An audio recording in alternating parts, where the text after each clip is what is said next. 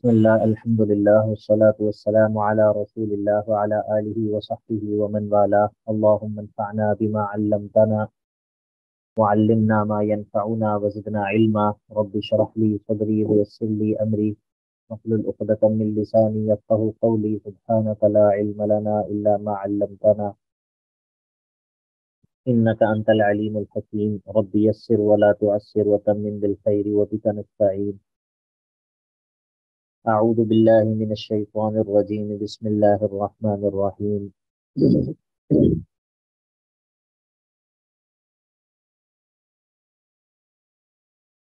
الحمد لله رب العالمين الرحمن الرحيم مالك يوم الدين. إياك نعبد وإياك نستعين. اهدنا الصراط المستقيم صراط الذين أنعمت عليهم غير المغضوب عليهم ولا الضالين. آمين.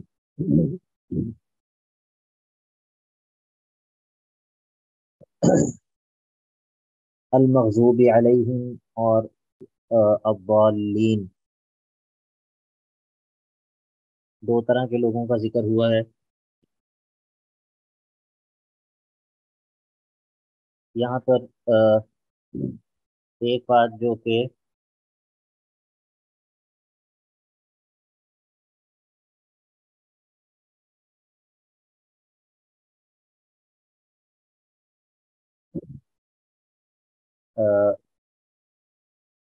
جو کہ غور کرنے کی ہے وہ یہ ہے کہ انعمت علیہم میں نعمت کی نسبت صراحتاً اللہ رب العزت کی طرف کی گئی ہے۔ انعمت علیہم صراط الذین انعمت علیہم، راستہ ان لوگوں کا کہ جو جن پر تو نے انعام کیا ہے۔ لیکن المغضوب علیہم، اس میں وہ لوگ جن پر غضب کیا گیا، وہ لوگ جن پر غضب کیا گیا۔ اب یہاں پر غضب کرنے والا کون ہے؟ انسان خود ہے۔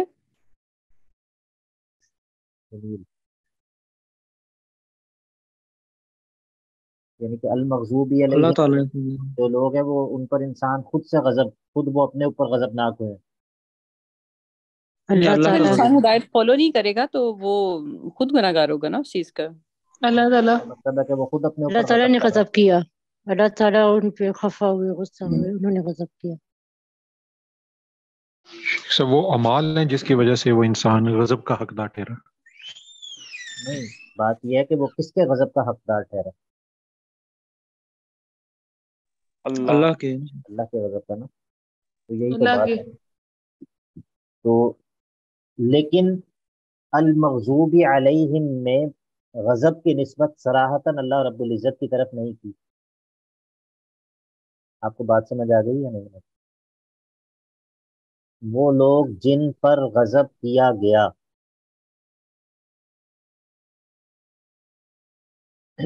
ایکٹیو وائس اور پیسیو وائس کا پتہ کسی کو یا نہیں؟ جی سر پتہ ہے۔ ہاں، کیا چیز ہوتی ہے وہ بتائیے۔ معروف اور مجہول۔ معروف اور مجہول، آپ نے تو اصل بات بتا دی ہے جہاں پر میں نے لے کر آنا تھا۔ تو اگر معروف اور مجہول کا پتہ تو پھر اتنی دور سے ہمیں آنے کی کیا ضرورت ہے؟ تو انعمت علیہم میں نعمت کی نسبت صراحتاً اللہ تعالیٰ کی طرف کی ہے، لیکن المغضوب علیہم کے اندر کہا کہ وہ لوگ جن پر غضب کیا گیا۔ یہاں پر ایسا نہیں کہا کہ اے اللہ ان لوگوں کے راستے پر نہ چلانا جن پر تو نے غضب کیا، حالانکہ غضب کرنے والا اللہ رب العزت ہی ہے۔ ٹھیک ہے، تو ایسا کیوں ہے؟ ایسا اس وجہ سے ہے کہ اللہ رب العزت کے ساتھ ادب کا تقاضا یہ ہے کہ عمومی طور پر جو اچھا فعل ہوتا ہے یعنی کہ جس کے اثرات اچھے ہوتے ہیں اس کی نسبت اللہ تعالیٰ کی طرف صراحت کے ساتھ کی جاتی ہے، جبکہ فعل شر کی نسبت جو ہے وہ صراحت کے ساتھ اللہ رب العزت کی طرف نہیں کی جاتی۔ یہ ادباً اس طرح کیا جاتا ہے، ادب کی وجہ سے۔ بات سمجھ آئی یا نہیں آئی؟ آ گئی ہے سر. آ گئی ہے. سورہ جن نکالیے، سورۃ الجن، آیت نمبر 10. یہ جو ایمان والے جنات ہیں ان کا ادب، یہ انہوں نے قرآن سنا اور ایمان لے آئے نا، اب یہ کیا کہتے ہیں؟ وَأَنَّا لَا نَدْرِي، اور بے شک ہم نہیں جانتے کہ اشر ارید بمن فی الارض، کہ کیا شر کا ارادہ کیا گیا ہے زمین والوں کے ساتھ، شر کا ارادہ کیا گیا ہے زمین والوں کے ساتھ، ام اراد بہم ربہم رشدا، یا پھر ارادہ کیا ہے ان لوگوں کے ساتھ، یعنی کہ زمین والوں کے ساتھ ان کے رب نے رشدا، ہدایت کا. شر ارید بمن فی الارض، کیا شر کا ارادہ کیا گیا ہے زمین والوں کے ساتھ، یا ہدایت کا ارادہ کیا ہے ان کے رب نے؟ کیا سمجھ آیا؟ شر کے ساتھ رب کا ذکر نہیں ہے اور ہدایت کے ساتھ رب کا ذکر ہے. شر کا جو ذکر کیا وہ مجہول کے صیغے کے ساتھ کیا، اشر ارید بمن فی الارض، کہ شر کا ارادہ کیا گیا ہے. ٹھیک ہے، حالانکہ اگر ارادہ خیر کا ارادہ اللہ رب العزت کرتا ہے تو کسی کے ساتھ جو ہے وہ یعنی کہ بظاہر شر جو ہوتا ہے اس کا ارادہ بھی اللہ کی طرف سے ہی ہوتا ہے. لیکن یہ جنات نے جو ہے وہ کتنی زبردست تعبیر استعمال کی ہے. تو یہی معاملہ یہاں پر بھی ہے کہ غضب جو ہے وہ ظاہر ہے کہ وہ کوئی اچھی چیز نہیں ہے، تو نعمت کی نسبت براہ راست اللہ رب العزت کی طرف کی ہے، لیکن جو غضب ہے اس کی نسبت براہ راست اللہ رب العزت کی طرف نہیں کی.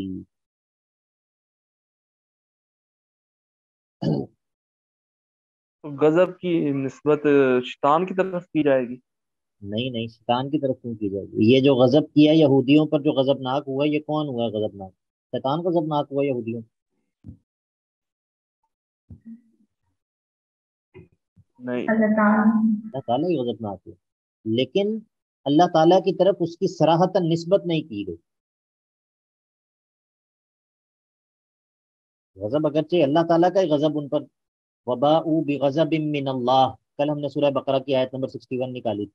وباءوا بغضب من اللہ، وہ گرفتار ہو گئے غضب میں جو کہ اللہ کی طرف سے تھا. ٹھیک ہے، لیکن ہمیں جب دعا، اس لیے ہم نے کہا کہ سورۃ الفاتحہ کیا ہے؟ تعلیم المسئلہ، تعلیم المسئلہ. اس میں اللہ تعالیٰ ہمیں دعا سکھا رہا ہے، دعا کرنے کا سلیقہ سکھا رہا ہے. تو تعلیم المسئلہ کے اندر اللہ تعالیٰ نے ہمیں یہ سکھایا کہ جب تم نے اللہ تعالیٰ سے ہم کلام ہونا ہے تو اس کا ادب کیا ہے، دعا کا ادب کیا ہے. واضح ہے؟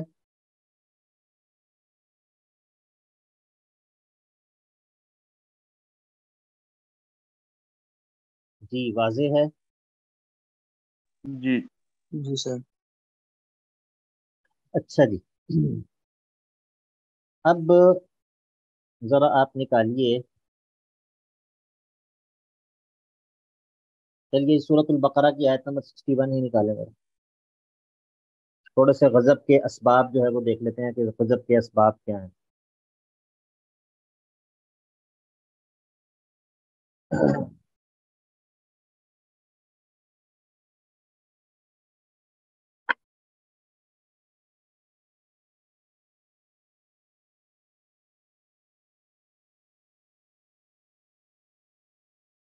جی نکال لی.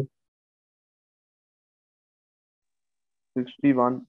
جی، وباءوا بغضب من اللہ، اور وہ گرفتار ہو گئے غضب میں جو کہ اللہ کی جانب سے تھا. ذالک، یہ ان کا غضب میں گرفتار ہو جانا، بِأَنَّهُمْ، اس وجہ سے تھا کہ یہ لوگ کانو یکفرون بآیات اللہ، انکار کرتے تھے اللہ کی آیات کا. یعنی کہ غضب میں مبتلا ہونے کا سبب اللہ تعالیٰ کی آیات کا انکار کرنا. وَيَقْتُلُونَ النَّبِيِّينَ بِغَيْرِ الْحَقِّ، اور انبیاء کو بغیر جرم شرعی کے قتل کرنا. اور ذالک، یہ غضب میں گرفتار ہونا کیوں تھا؟